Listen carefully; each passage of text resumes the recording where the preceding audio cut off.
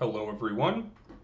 In this video here, we're going to be covering our settings in Maya 2020, as well as exploring the interface. Now, one of the very first things that we should always do when we go into Maya, if we haven't done it already, we're going to go under File here, and we're going to go to Project Window. Now, we want to make sure that we have a project selected. Here, let's close this out while we're there. All right. So project window, let's see, new project settings, location, users, documents, Maya projects.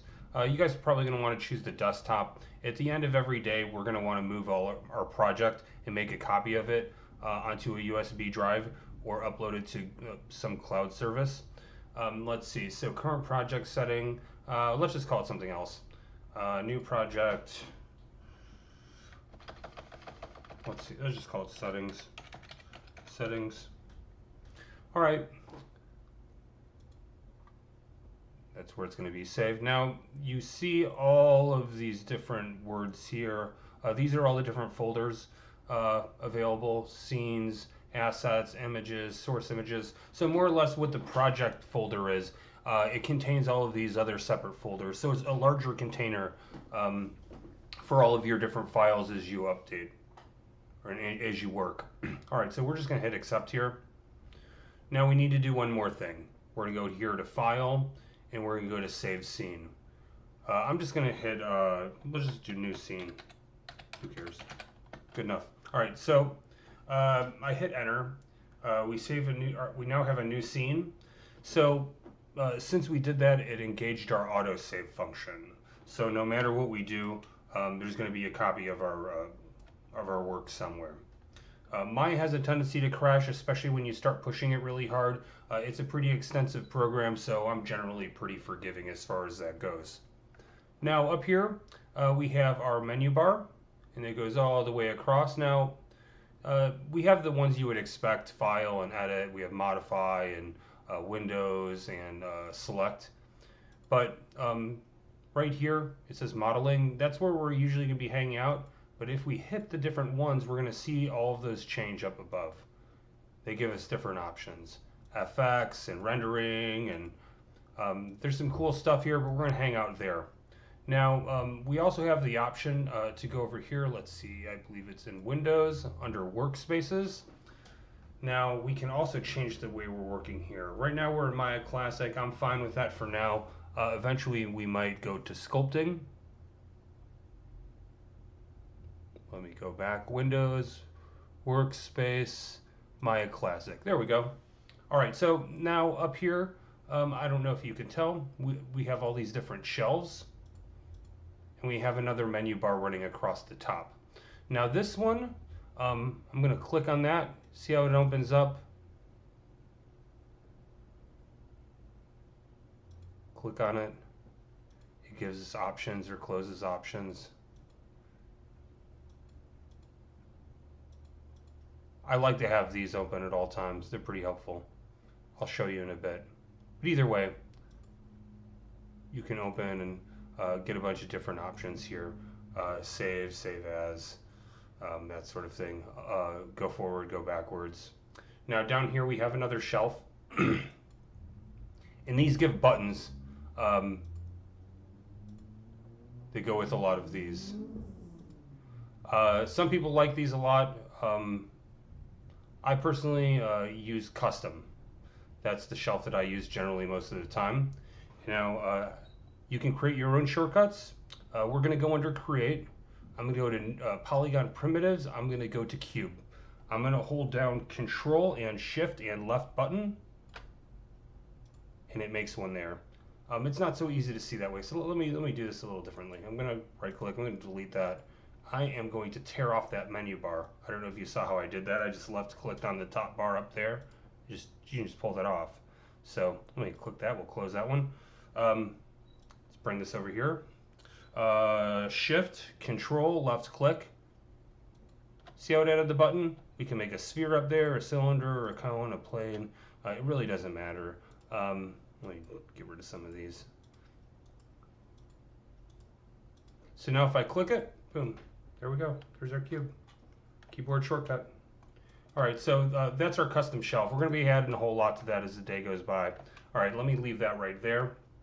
Now I want to cover this over here. This is our toolbar, our tools. We have a select tool. This right here is our lasso tool. We circle around things. Oops, object mode, oops. Paint select tool, more about that later. Now these are the main ones. This is our move tool, our rotate tool, and our scale tool. We'll be covering those extensively in our next tutorial. Down here you have different interfaces and different ways of looking at our beautiful cube that we've made. This is our 4-panel orthographic mode. So we have the top view, the front view, and the side view. These can all be changed somewhat. So if we go up here to shading, go wireframe. See how that one's different than all the others? So you can modify those accordingly, and it sticks with them. But if we hit spacebar in this area,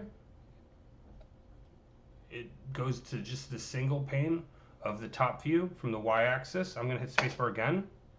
Now I can go over here. I'm going to hit spacebar again. We're going to go back to perspective mode. Now we have this cube here. Now if I hold down the Alt button and do the left click, hold down left mouse, check that out. We're rotating around it. Now if we do middle mouse instead, while holding down Alt, we're doing a pan. Right click,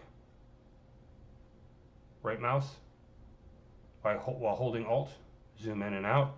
Now you can also zoom in and zoom out with the mouse. But actually that's incremental and it's not so smooth, so do what you like. Now over here, let's see, if you right click on the object, you go into what's called the markup menu. This is one of my favorite places to be. I'm going to object mode right there. I'm actually going to hit select. So I can decide to go to anything here. Oops. Oops, this is a NURBS cube, not a polygon cube. I'm going to hit Control A to select the, oops. I'm going to get rid of this thing. Delete it. Delete that. We're going to make a polygon cube. There we go. Okay, so now we're usually going to be working in polygons as opposed to NURBS, which is what I just had selected. So now if I right click on this, I can go to object mode. I can go to edge. I can go to vertex, which are the little corners. Or I can go to the face, which is the face of the cube. Let's see, I'm going to go to object mode. Now, something else we can do here, if I hold down the space bar, not just tap it, just hold it, it actually brings up all of these menus.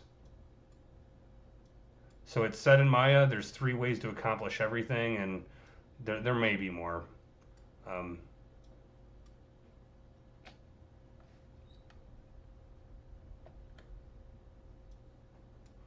So I am going to make sure this is selected again. I am going to hit Control A, but if you hit Command A, it'll do the same thing. This right here is the channel box. If I hit Command A, Control A, it actually brings up the attribute editor. So it swaps those out, and they're very, very handy to have. This right here allows us to change different values on our cube here. It also gives us access to the translate, which is our moving, where it is in space, our rotation, or our scale. But we also have this down here, and here's our layers menu. I'm going to go to, keep in mind this is selected, see how it's green? If I click off where it's not selected, it's selected. Okay, now I'm going to go to layers, I'm going to create layer from selected. Now if I hit the V button, this will control the visibility of that layer. P, this is animation during playback, so it kind of doesn't matter, at least not right now. And T will actually make a template or make a wireframe of that object. So that's if you don't want it to, if you want to be able to reference it in the scene, but you don't want to select it. I think that's pretty handy. All right, this video is over with. In the next one, we're going to cover the toolbars more extensively, specifically the move, the scale, and the rotate tool. I'll see you then. Thank you.